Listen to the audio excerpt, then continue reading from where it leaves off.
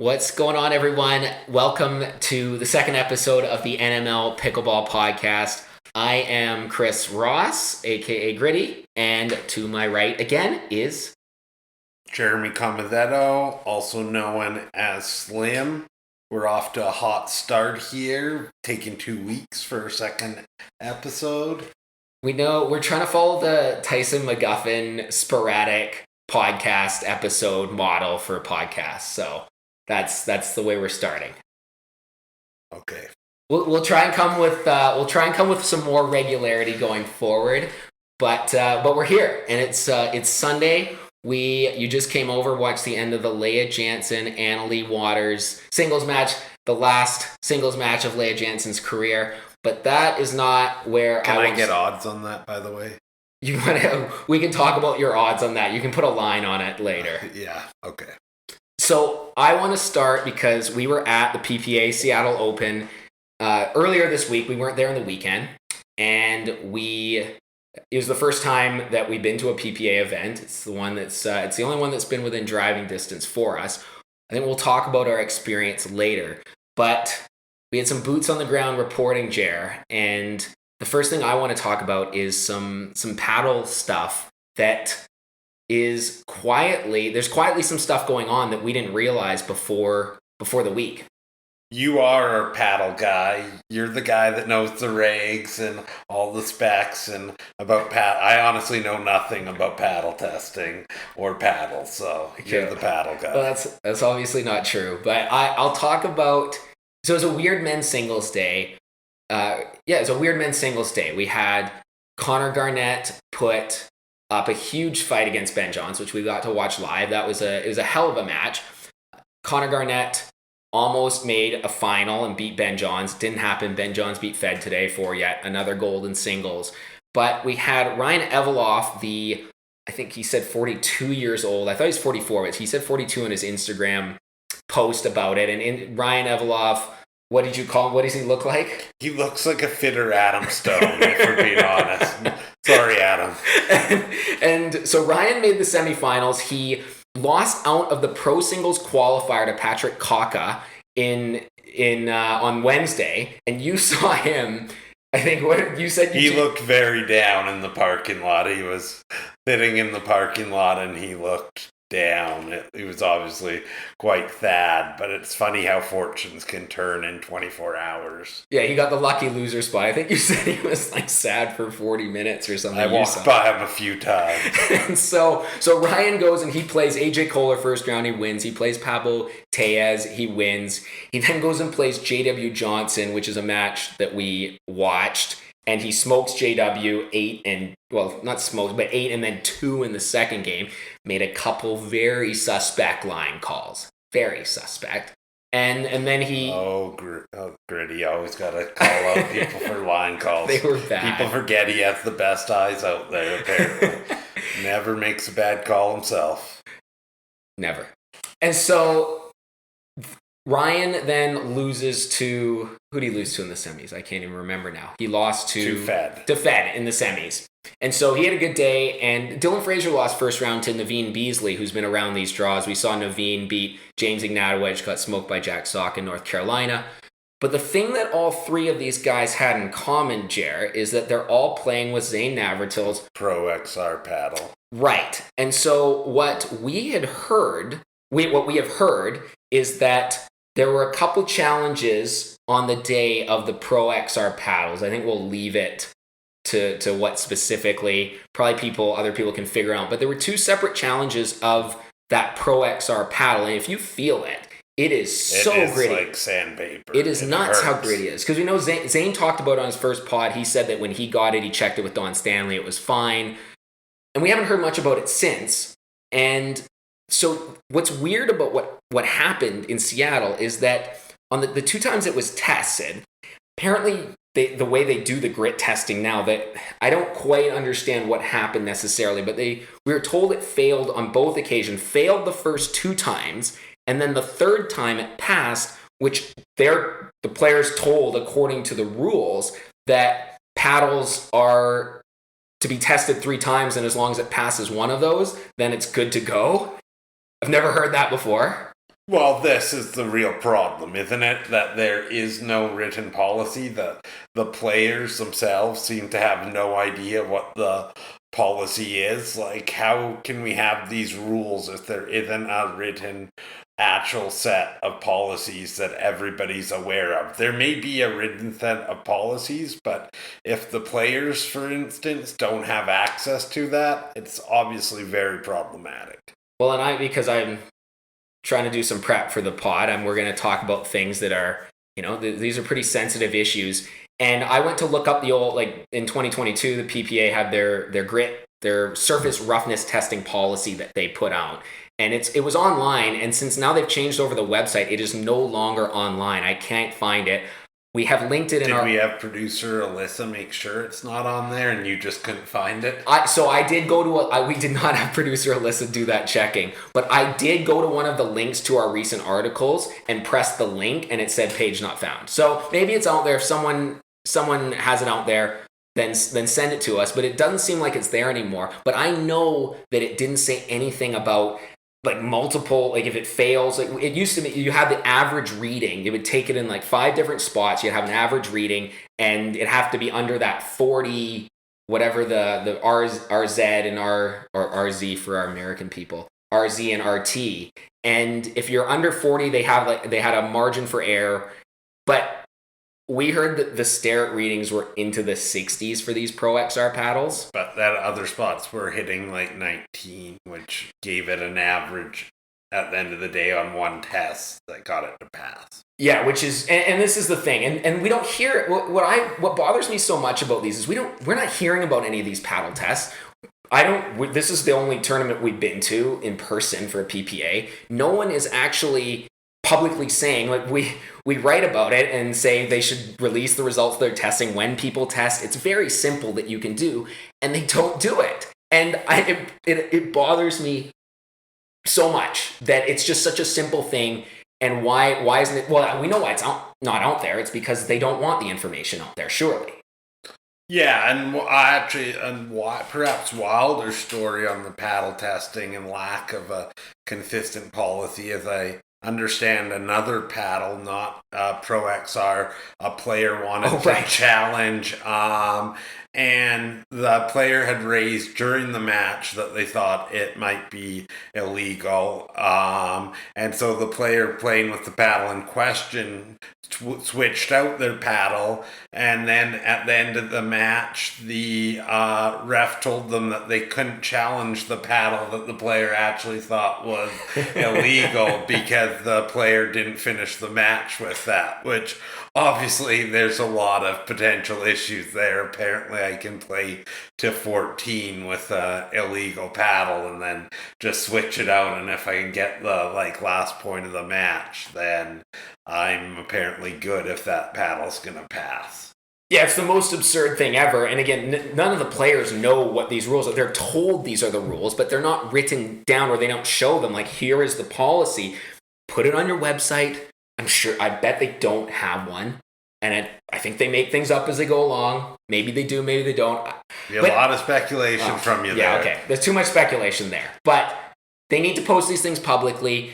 This is going to immediately take stuff away from Ryan Eveloff's day, but some of the shots he was hitting, he played really well. He played extremely well. Extremely well against JW. He didn't play well against Fed. He was painting lines, but some of the dip he's getting on the ball, I've heard those Pro XRs, they're not super poppy, but they get tons, they grab the ball a ton. And some of those angles he's hitting, the way he was hitting his serve, it looks like it's going out half the time, but it dips in by a foot and a half. I just thought that was one of his big issues against Fed, is he didn't seem to be getting the same serves. Like, they weren't as deep, high and deep, and I think that really put him at a disadvantage. Now, I don't know if this is why Mr. Johns was smiling a couple times. He had a couple of wry smiles during the match when he left balls and they dropped in, but he gave it a wry smile, and Ben, I think, was going, well, that ball shouldn't go in, when he was playing Connor. Yeah, Connor was getting some ridiculous shots, and obviously Connor has seen a jump in his game, particularly in his singles game, since moving to that paddle after North Carolina. I think I looked it up. It was actually since April he's used it. So, and of course he's getting better. Connor's super talented. Yeah, obviously I've been one of the people leading the bandwagon that he's maybe the fastest rising male player. So I think one of the questions is like, what they're not going to do any. The PPA is not going to change anything about their paddle stuff. They're not. We can talk about it as much as we want. Why do you say they're not going to? Like in terms of putting a written policy out there and having it publicly known that you're going to, like, this is what the policy is and this is how it works. Isn't that a natural step though? Like, well, they haven't done it in the last 4 or 5 months since all this stuff with Tyson and Red Rock and everything else. So why would I expect that it's going to come soon? If Ben or Anna Lee decide they need a more formal written policy, I think we know that it will happen tomorrow. Well, I think that's the question. So we were talking at the tournament and we're going, well, Ben isn't, if he loses this, Ben's not going to challenge the paddle. But something's going to happen probably about the paddles like it did with that Carbon 1X. So what's going to happen with the paddle? Is anything going to happen to the Pro XR, do you think? It will be interesting. I think obviously if Ben had actually lost that match to Connor, even higher chance something happens. But I wouldn't be surprised if we see something happen with the Pro XR. But we also were just talking about Anna Lee, and I still actually am confused why more people don't talk about Anna Lee's paddle. It's very clear that is not the stock Paddletech paddle.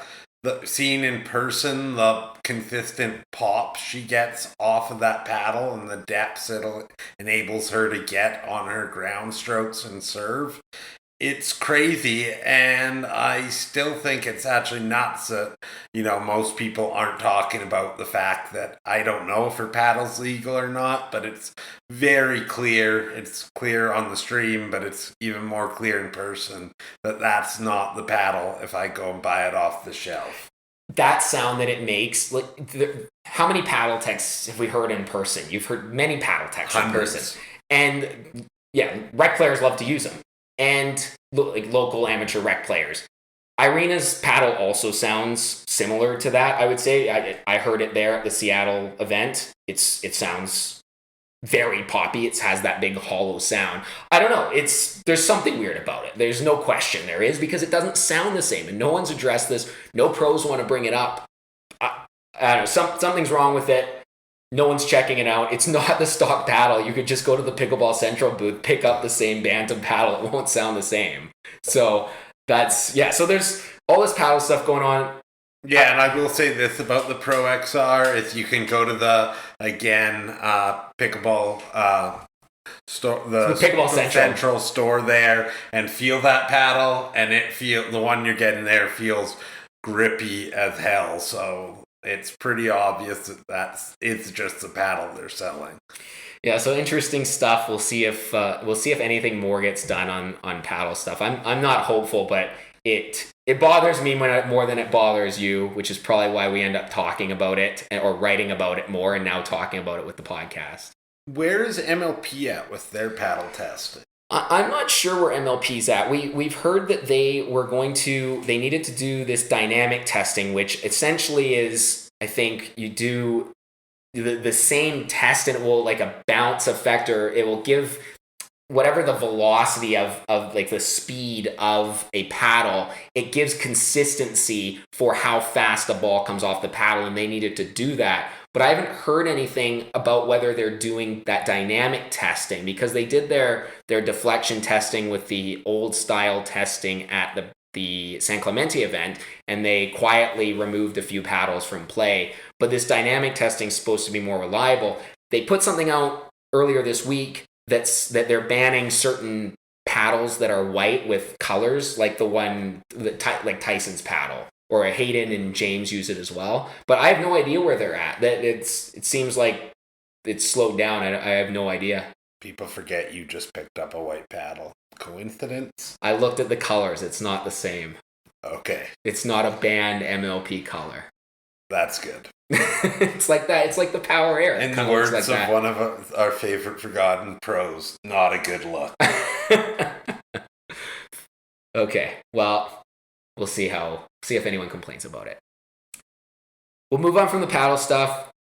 I know you didn't really want to talk about this so much, but I want to talk about it. So we just watched. I just said we watched Lea beat Annalie in singles. Or sorry, Annalie beat Lea in singles. 10-12, 11-0, 11-3. Lea announced after her semifinal in the PPA's post-game interview, whatever thing, that she is done from singles, retired. She's all finished with singles chair. Yeah, and as I said, I would like to take odds on that when she's making no podiums in doubles for the next few months. I have a hard time believing she's not going to go back to playing some singles. But it was very clear that that was the storyline for the weekend. So yeah, but it's a little incessant how much it's been talked about. But she says it's due to her health, her diabetes. That's the issue, she says, and that her health professionals have told her that she's not going to. It's not good for her to play, and that it's dangerous for her to play. So let's be clear, diabetes is a very serious issue, and that probably is the case. So I think what I'm curious about, and I think what you're curious about, is whether she will go back and play singles at some point. Especially, I think it's going to depend on her doubles results and how those go over the next couple months. What's your? We'll put an over under 4.5 months till she plays another single event. I'll take the under. Okay, so this weekend she played with Lacey Schneeman in doubles, no medal. I went back. She played with Fed in mixed, no medal. Well, does she ever get a medal in mixed? So I did look this up because we're on a podcast. We're trying to get our facts right. We're not always right off the top of our head, but on this one, I wanted to make sure I was right. She has one mixed doubles bronze medal since the start of 2022, from what I looked at. I hope I'm not wrong about this. Do you know which it is? Trivia time. You'll never guess it, actually. I actually don't know. It was the PPA Tour Texas Roundup. I don't think that counts. But I was trying to figure out how I didn't remember this. She played with her old friend Tyson McGuffin. Oh, right, because that was shortly thereafter they were going to renew that partnership for 2023. But then, so that's the only medal she has in mixed. She hasn't gotten a result in women since the Elise thing ended. Which, can we talk about that? That was one of the wildest, probably, decisions to end a partnership. Like, I don't think heading into that partnership, you could have had the expectation that they would have done as well as they did. They were consistently making podiums. They made championship Sundays. It actually seemed to be going quite well until Lea told Elise that she was going to end it. And Hey, allegedly 6 months. It doesn't matter. At the end of the day, Lea, I think maybe she does need a cheerleader like Elise, and it'll be interesting to see how it goes. Yeah, I don't know if anyone needs a cheerleader. I think it's helpful to have it. I think people I think it's just help. I think someone who's really positive and is, I think it's really helpful. It comes from that Riley Newman thought where I want to win gold medals, and I'm probably not winning gold medals with Elise Jones. I'm not saying I agree with the decision either, but I think that's where the decision comes from. I don't think it's probably the right call. Well, clearly in hindsight right now it's not. We'll see how the next few months goes. Yeah, it clearly wasn't the right decision. I think you need to... I get it. Like, Riley, he made 27 straight podiums with Matt Wright. They definitely figured out that was they peaked as a partnership. I just would like to be maybe making podiums a little more consistently for a little longer before I decided to switch it up. Yeah, I agree with that. And we'll see how the next few months goes. but the early returns haven't been good. You've got to give some time for partnerships to gel, but the Elise partnership didn't need any time to gel. That just worked from the beginning. So my question, before we move on, is: are you saying that Lea Jansen is going to be the Brett Favre of pickleball? I'm saying there's a pretty good chance. At least for singles. Okay, let's talk about a little bit the backdraw stuff, because this was more apparent because we were there. We were only there for the qualifier and the pro singles day. So the backdraw stuff keeps coming up, and I think you're really strong on this one. I agree with you on how you feel about it. But since now that we're a week removed, we've seen how it sort of works at another tournament. What do you think about the PPA removing the backdraw after the first round? I continue to think it makes zero sense. It's going to cause a bigger gap, I think, between the top players and the remaining players. Those repetitions are extremely important, and now you're going to have a lot of players that go 1-1, and that's the end of their day, and they're just not going to get more reps, which they need. On the latest It Feels Right podcast, Tim Parks, owner of the Hard Eights, was on, and he talked about the chunking theory. If you have time, I'd basically go and recommend going and listening to it. Basically the theory, it comes from chess, but it's the idea that the more basically repetitions and things you get, the better you get at something, the better you're able to see the game, be that chess or pickleball. And his theory for why the gap seems to be widening this year for Ben and Annalee over the field is because they are getting way more reps than these other players because they keep going to Championship Sunday. And I think that makes a lot of sense to me. And I think it's why another reason that we need that backdraw, so at least players are getting competitive reps. Yeah, I also thought that, now that you bring up that theory, I thought it was an elite theory, because there's not a great explanation, you think, with all the talent coming in, that the gap is going to close, but the two best players are just getting better than everyone. I know that John's brothers lost this weekend, but they're just getting better than everyone, and I thought that theory was as good as I've heard or been able to come up with ourselves. It was for sure. And I think it's, going to become a real problem for them if they don't nurture more talent. Crowds are starting to really root for somebody to beat Annalee. She's now gone 6 straight Triple Crowns, and I think for a lot of pickleball fans, it's boring.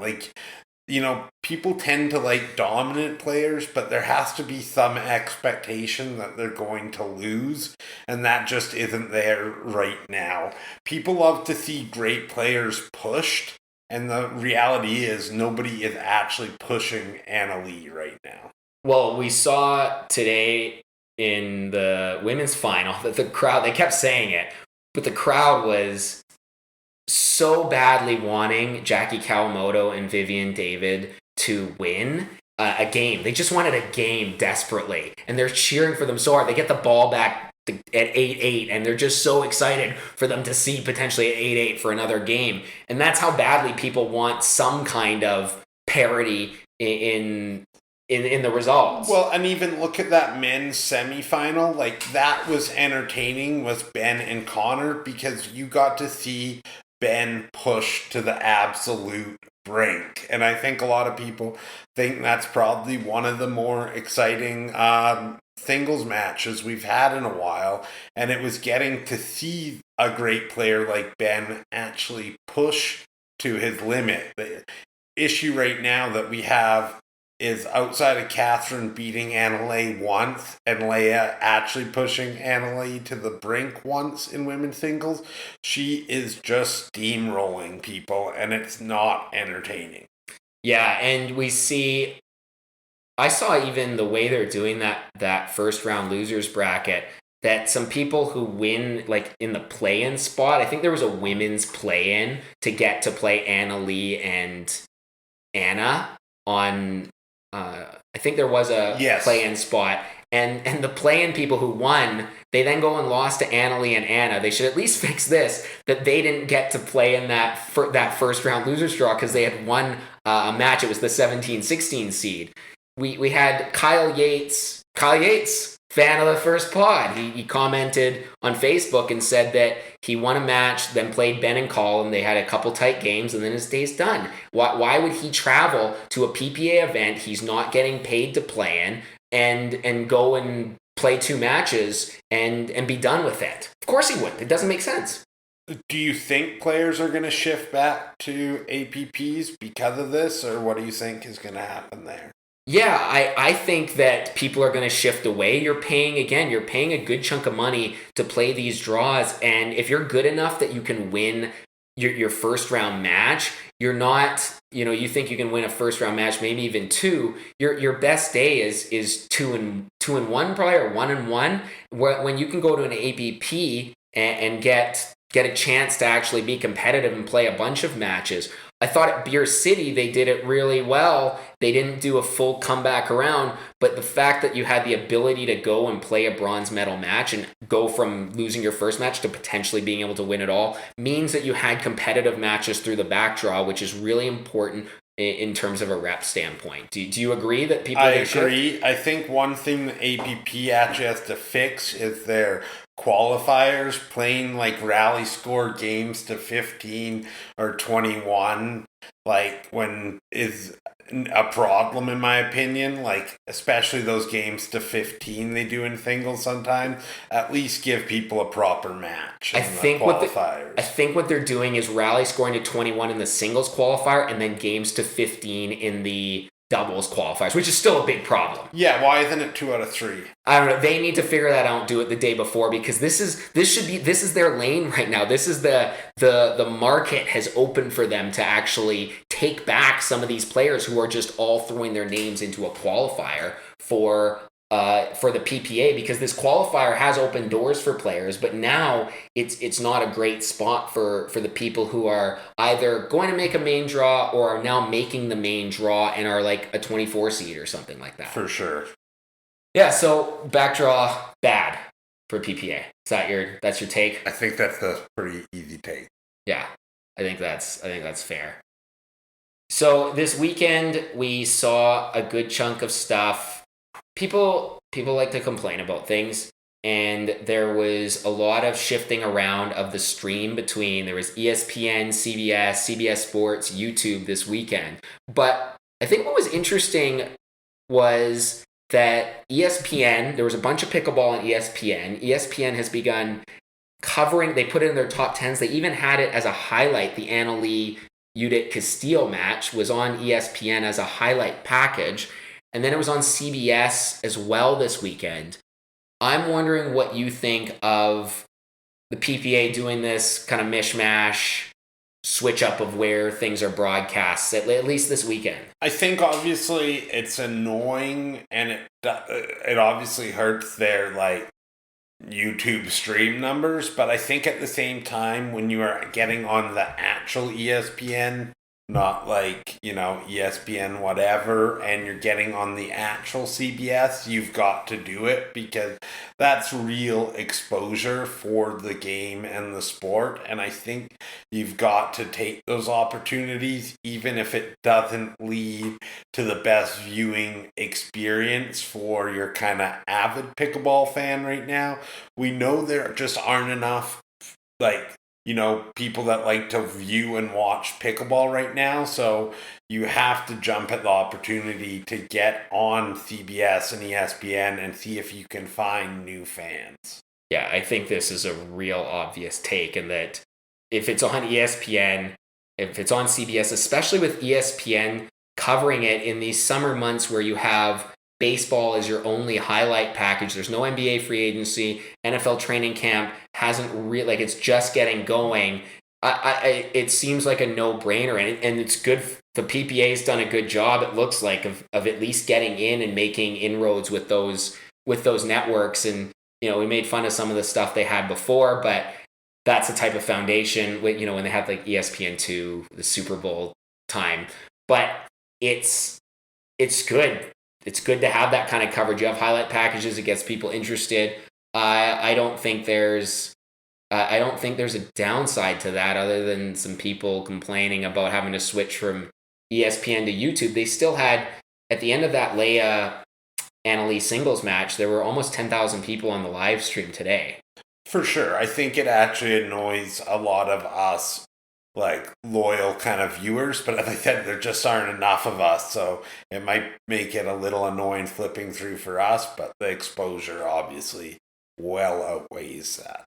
Yeah, and I think it's way more important to be on those domestic networks rather than the APP. They're doing something where they're broadcasting tournaments to China.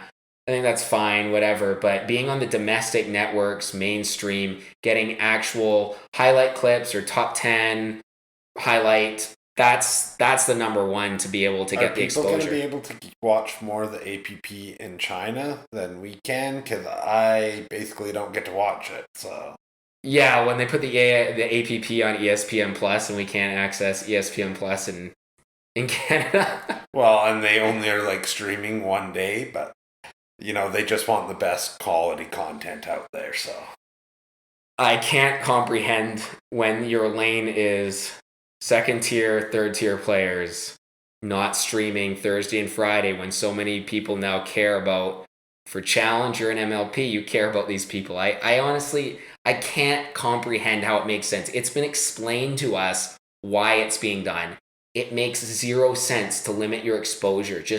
And then they have a grandstand court as well. They have a court too that is literally a camera that just shows play, and they're talking about wanting to make sure they have things of a certain quality. You don't get rid of one of the commentators on their days. You don't need 3 commentators in a booth. Yeah. I agree with you on this. Yeah. So. Yeah. So I don't know. It's the broadcast stuff is kind of baffling from the APP side of things. Other PPA results, Jer. We have you talked about Anna Leigh being just too good, but there are, everyone's playing for second place in a lot of these events, and the women, that there's a number of women that are really showing. I think that's a takeaway of the weekend, is a number of these women showing real consistency in their play. We have Jackie Kawamoto, Vivian David, Lauren Stratman, Yana Newell, Grechkina, all having, they medaled together. Yana and Lauren medaled together, and Jackie and Vivian did. I think there's this... How many medals is that for Yana and Lauren now in the PPAs? Is that 3 or 4? I think it's 3, but I'm not sure about that. It's got to be at least 3. I don't think Together or apart? Together, I believe. I know they made a championship Sunday. They got another bronze, and then this weekend. I think it's 3, and that's they beat Etta Wright and Irina Tereshchenko after getting slammed in game 1. Did you sent me that thing on Instagram with Lauren blowing a kiss to the crowd? What was that, by the way? I don't actually know what that was about. I asked you why you sent that to me, and you actually didn't respond, which I thought was kind of rude. Oh, I missed that text. Okay, I think I tried to look it up after. It seemed like it was like hecklers or something like that, but I don't know. Also, Yana Newell, 2 medals this weekend. It is a little hard to believe that she fell to 16 in the Challenger draft. That seems like there was an overreaction by teams from her poor Frisco team's performance. Yeah, we thought that at the time, that it was an overreaction, both for Lina Padigamite and Yana, that it's an overreaction. They're both good players. They just were in a bad situation. But I don't know how she fell below Lina. She fell below like a Megan Fudge and Tina Pisnik. And you make a championship Sunday. You get medals on the PPA. How are you slipping that far? I'm pretty sure she's the only multi-time PPA medalist among the females this year that's playing Challenger. Yeah, I think that has to be right. I haven't fact-checked that, but I I think that has to be right. There's not that many people who get PPA. You get PPA medals, you're in Premier. That's how it works. But everyone didn't take her in the first round. So every team said, I think someone's better in the first round. Yeah, we'll see how she performs in MLP, but it's looking like an early miss by a lot of teams there. Yeah, I also think her game, she's more of a right sider. I think she can play the left. She's got a ton of pop for someone who plays the right side, but she goes through those bouts of inconsistency, which I think turn people off a little bit, especially at MLP. There seems to be a tendency for people to... It's hard because stuff is so important, it's so magnified, but that's why I think you got to look at the other results. For sure. Yeah, I also just wanted to bring up, well, Vivian David, we already gave a takeaway for her after last PPA. Now this is four championship Sundays, 4 different partners. Jackie Kawamoto, I saw a thread from Josh Gartman, who's all over the stats on Twitter or X. Congrats to Josh on the new job. Yeah, congrats to Josh, GM. And Kyle McKenzie. Yeah, Josh is the GM now of DC, and they also just announced Kyle McKenzie as their coach. So congrats to both of those guys. My takeaway is poor DJ Howard. DJ Howard was the head coach and GM, and poor DJ, you seem to think, man, maybe he did pick Sam Querrey. If he picked Sam Querrey, if that was his pick, then I don't feel too bad for old DJ. Legend of the sport. Well, okay, so no reaction. I also just wanted to see Jackie Kawamoto.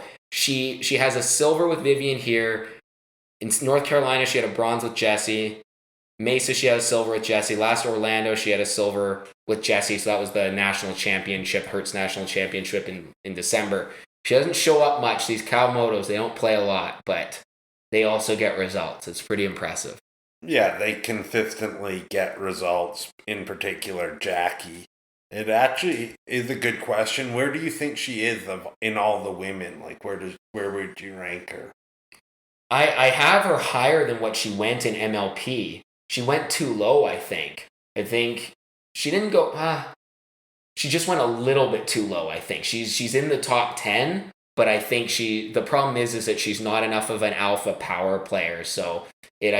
But I mean, she's playing with Vivian David. I was going to say, she's playing with Vivian David making championship Sundays, so is she not enough of a power alpha player? I have her higher than Vivian David for sure from an MLP perspective, and Vivian David, I think, went too high again.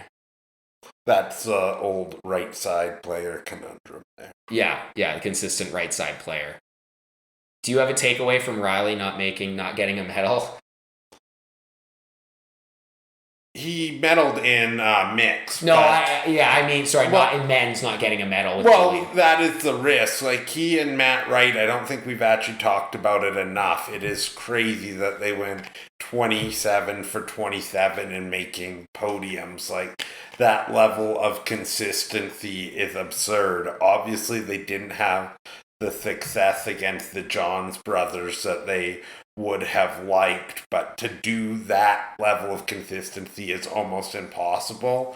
So obviously, by switching up partners, he was taking this risk, and you had to know he wasn't going to be the same podium presence. Obviously, a disappointing weekend. I do think Julian Arnold and he are a weird partnership in that they're both guys that like to take extra court and kind of be the alpha. And we've seldom seen that actually work in a partnership. It can look great on paper, but like part of the reason that he and Matt Wright actually became so successful was because Matt accepted that right side role and took less court, and it worked. But I think like a guy like Julian and he are likely to kind of just clash in their styles. Yeah, and it's interesting he's chosen AJ Kohler as his other guy for the end of the year. I know people have said that Jack Sock is the next step potentially for him, which makes a lot of sense that he'll play with Jack in 2024. But the other thing that comes to my mind is maybe you just ride it out with Matt Wright and see how it goes in 2023 and just keep picking up medals. And, I don't know, that's an option. He obviously chose not to do it, but I think that was a viable option. One tournament doesn't make the decision wrong. It was an option, and it's obviously a big risk. As I said, you're making the podium literally every time. I will say that he and Matt had played for so long that it was very apparent that this was their ceiling, and I think Riley does think he can beat Ben, and if he wants to do that, it was pretty obvious that a switch had to be made. I think probably when we're looking at that switch being made, one of the biggest obstacles is that JW and Dylan, who took gold this weekend, that's their second gold this year? Third, actually. Third, okay, yeah. Obviously, those are the two most natural guys that probably you would want to try to partner with to beat Ben, but obviously they're happy playing together. So at that point, you are quite limited in your options, and I'm not sure that the right guy is out there to actually beat Ben, and Colin, and maybe I'm wrong. He and AJ actually have done it before, and AJ seems to be playing a little better these days, so maybe they can do it, but it's a big risk, and with JW and Dylan locked up, your options are extremely limited.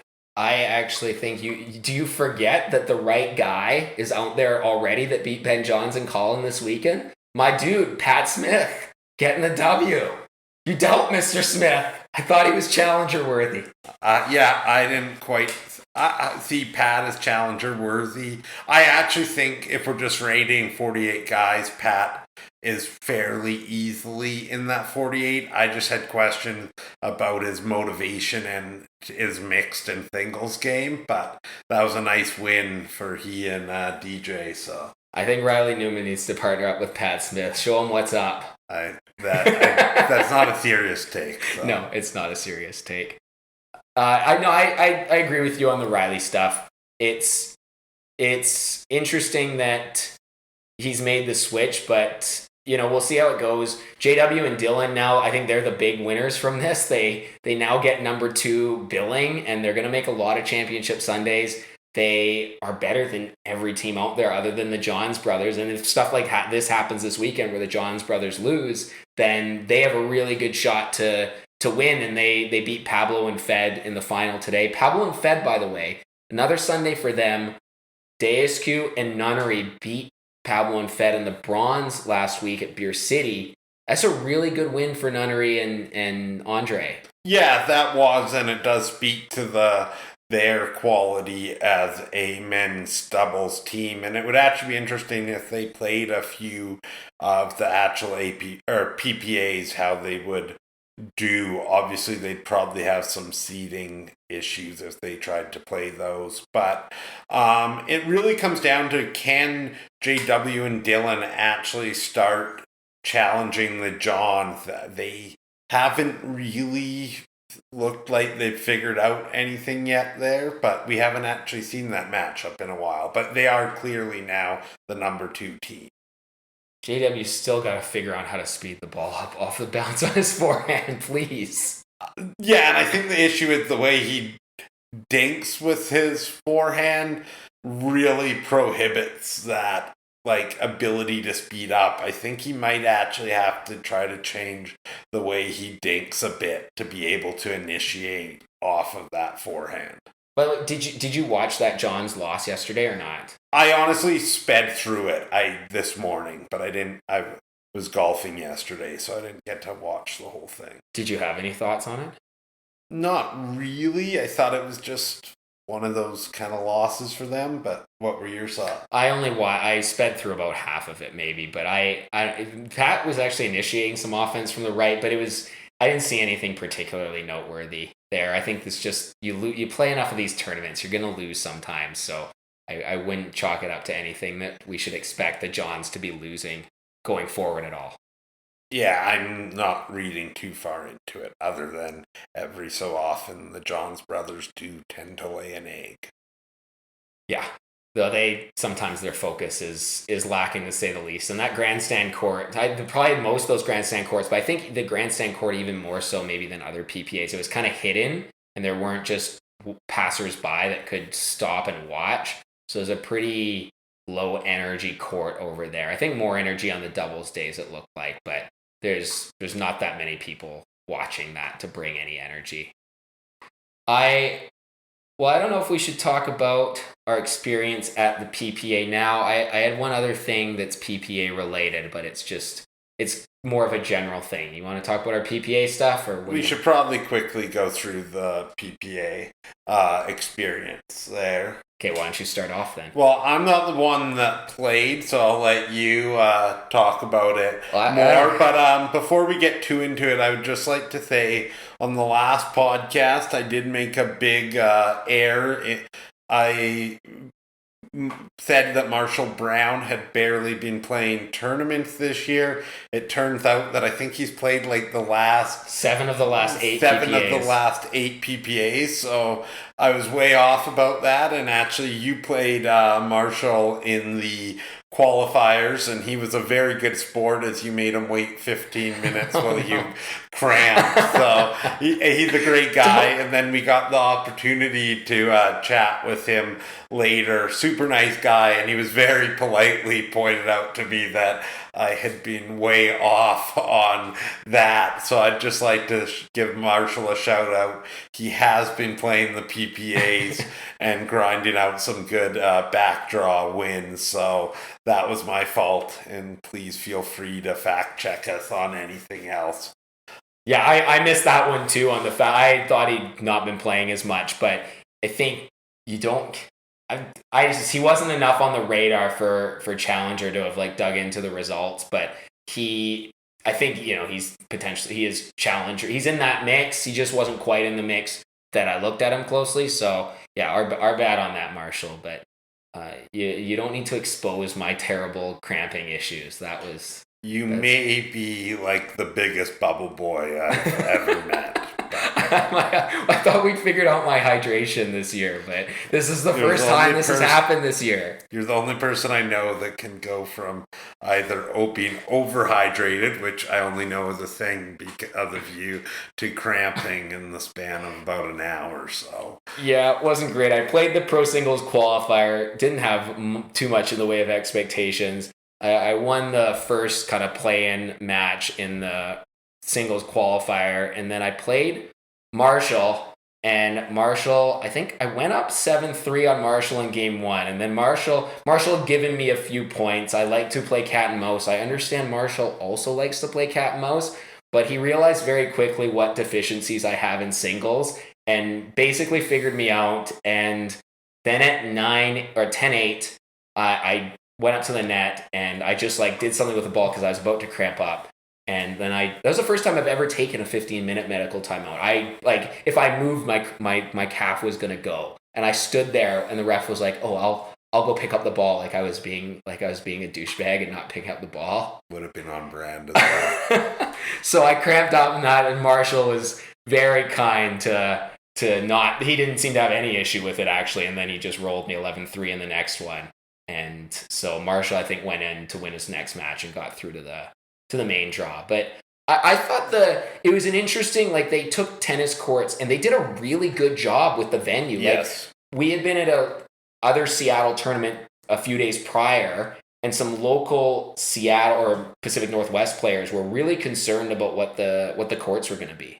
Yeah, no, it was really impressive. They made all of the courts that had been tennis courts just a few days ago into permanent courts. So honestly, the venue was quite impressive. I think it may have been lacking a few of the amenities that, pro players would like indoor places where you can cool down and things. But given the lack of facilities in the Pacific Northwest to house a top-notch tournament like that, I was actually very impressed with what they put together. And we can get into a few of our beasts, but with maybe the tour, but I think that overall I was actually very impressed with the facilities and just, like the championship court looked good, I thought. Overall, it was actually a good impression. Yeah, it was like the courts played really true as well. Like they felt really gritty because they'd just been painted, but they didn't play super gritty. I thought they played really true. The one I don't you can only do so much with the venue, so I don't blame them for this. But it is kind of weird the way those courts are. Sometimes you even see it on their grandstand court that you have just like amateur people beside. It does feel a little weird. You have these pro events and you have like pro singles. You have the I think the bronze singles was going on Thursday. We were just leaving. And it's on one of these courts where there's all these people playing around you. And like when I played my first singles qualifier, the people are either jumping on to warm up and you're constantly having to stop play for people that are coming on or coming off, which I think bothered my opponent a lot more than it bothered me. But I just think for these pro matches, when all these balls are coming to the court, ideally this isn't the situation. I think they made the best of what they could, but it is just kind of a weird thing having the amateurs that I know producer Alyssa loves watching versus like right beside these pro matches. It's just it's where the sport is at right now. For sure. And speaking of producer Alyssa and loving to watch, my one beef was that on the Wednesday there was no actual pro events taking place. There was the pro qualifiers for the men singles and doubles, but again, those are only qualifiers, so we're not seeing the real pros out there. And they do charge people still a fee to come in and watch. I think it worked out like with charges and things to $38 for producer Alyssa to just come in and watch. And like I actually have no problem with them charging on the days that the pros are playing, because that's what people are coming there to see. But nobody is coming to watch you play singles. Wow, rude again. So rude this podcast. No, it's the reality. Nobody's coming to watch you play singles, and people don't want to watch just the amateurs play. So to basically be just charging friends and families of the amateurs or people trying to play a qualifier when those people are already paying like $250 to play in the qualifier just seems like a cash grab. I would scrap those charges for the non-pro days. I think that's a pretty reasonable thing, and I can't see that being like a hugely lucrative for them either, but kind of just cheap in my mind. Yeah, I don't know how much you're making on that. It also took like they have whatever internet issues, and it took 10 minutes for Alyssa to get her actual ticket too. So she's standing there and it's like you're paying for this thing where people are pseudo pros and amateurs in the court. It was on that day, the Wednesday. It's unnecessary, I think. Unrelated, I think the other thing that the PPA has to get better at, and this is every pro tour, but considering they're trying to be the preeminent like tour, is their scheduling. Players don't often know if they're going to be waiting 4 hours or 5 minutes. I think he'll have no problem naming me or me naming him. I know Ryan Sherry was very upset that he played actually a highly entertaining first round matchup against Avatar Baller there. Avatar Ballbender, my fault. So he went out and beat him in 3, and it was actually a highly entertaining first round match. And he got called within 6 minutes for his second round match against Naveen Beasley. Like, that doesn't give anybody time to eat, take 5 minutes to rest. It was 3 games, and I know Sherry's saying he's in great shape, but he probably could use 10, 15 minutes. So to suddenly make a player have to go and play on a back court like 6 minutes after their last match, it just isn't conducive to putting out a pro product. And I also think having players have to wait for hours and not really know when their match is going to get called, again, it doesn't allow players to prepare properly.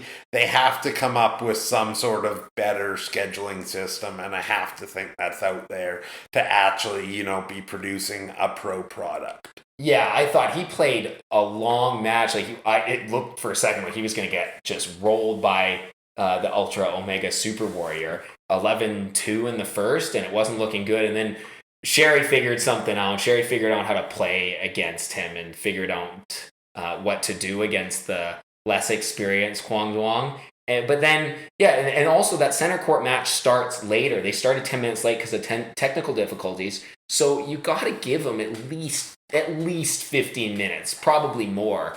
If you're going to throw him on center court because you're throwing the entertaining match on, and then he plays a super long one, wins it. And this is, I'm sure, happening with lots of other players. So it's not, they got to figure that out a bit just because the pickleball bracket system says they're up. You don't have to make them go to their court at that moment if you're a pro tour.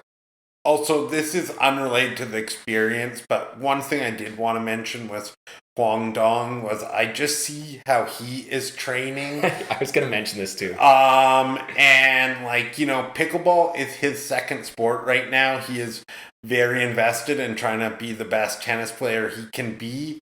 So it seems troubling to me that I am pretty sure he's working harder than 99%, if I want to be moderate, 90% of the pro players at pickleball. He's putting in more time on his fitness and his game than all of those players. If you're a full-time pro pickleball player, there's no reason a 17-year-old kid who's playing tennis should be working harder than you. And obviously he didn't have a great weekend this weekend, but I don't think it's the coincidence that he is just flowing past a lot of these players. He looks really good out there, and it was funny. We saw him on Wednesday, and you're trying to jump on warm-up courts to just get anything because you've got no courts at the venue. And there he jumps on a warm-up court with his dad, and he's doing shadow drills where he's also doing his stupid grunting, and then he's doing these drills with his dad. Like, this is how he's warming up. This is how he's warming up for his doubles qualifier because he was already in the main draw. You've said it many times to me, but these people, a lot of these pros think, I did a workout, I do some rec play and whatever. There's no way their focus in their rec or their drilling is anything close to what Kwang Duong's focus is. With maybe one or two exceptions, basically every pro is not actually dedicating themselves the way they should be in terms of making pickleball their absolute focus and having their absolute best fitness and making sure all of their training is on point. I think the thing is a lot of them play with each other and practice with each other. And so there's not actual, like when you have a coach that's on you, if you either have a coach in sport like tennis or you have a coach in any other team sport, you can't go to pro practice and be a lazy MFer, right? Well, let's be honest, though. That's the reason that some of these people are probably here. They were a little lazy in their tennis careers or whatnot, and pickleball has been easier. But as the money grows, there are just going to be more people coming into pickleball that are willing to put in that work. So if you're not, you're going to get past quickly, I think. Yeah, I think it's, people put this stuff on their Instagrams and things like that. But from what you hear about people talk and see what people are doing, and also seeing actually at the venue what people are doing maybe in between their long matches, we can't say everything that they're doing in the player tent and things like that, but it's far from what other pro sports and how people operate, I think. Yeah, and we've been saying that for a while, but it's very apparent. I don't think players are doing everything they should be to making sure that they're at their peak performance. And now we have a podcast to say it. We've been saying it to ourselves. I don't know if we say it on the blog ever. That's true. I don't think we've actually made much mention of it on the blog. I have one more thing I want to mention from our PPA experience, which it was interesting seeing the way or what Anna Lee does on a singles day compared to other players, and just seeing that in person as to what she does. They have VIP, for those of you who haven't been to a PPA event, you have your championship court, you have general access, you have championship court access, and then for championship court they have these VIP areas that you can, I think, buy into, and then the PPA pros obviously can just go up there whenever. But I think that it was interesting seeing Anna Lee up there. She spent most of the day in the VIP area when she wasn't playing with her parents, or she was also up there with Lea and her mom, and they were talking. But there was no interaction with any of the players, and I found that a little bit saddening. Yeah, I don't know. It's kind of the child celebrity thing.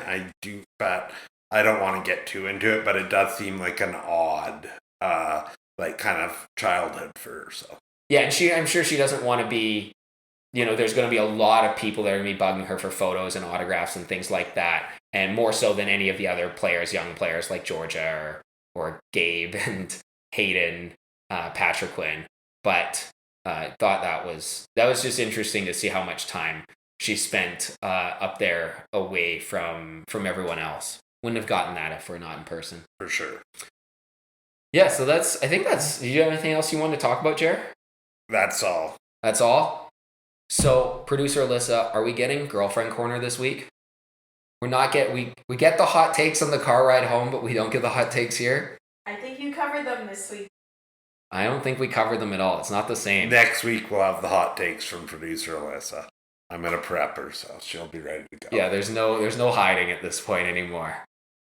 Okay, well, thanks everyone for listening. Again, that's episode 2. We are again going to try to get these out weekly, and we'll try to get them out either Sunday or Mondays after these PPAs. I think that's our goal. You can subscribe on Spotify. You can subscribe on YouTube and Apple Podcasts for the podcast itself. And then for the blog, always nmlpickleball.com. You can follow us on all our social media, Twitter, Instagram, X, not Twitter anymore, Instagram, Facebook, and Threads. So give us a read. We'll have our takeaways out by the end of Monday night. And you will have as much content as we can keep putting up here. So hope you've enjoyed this one, and we'll see you next week.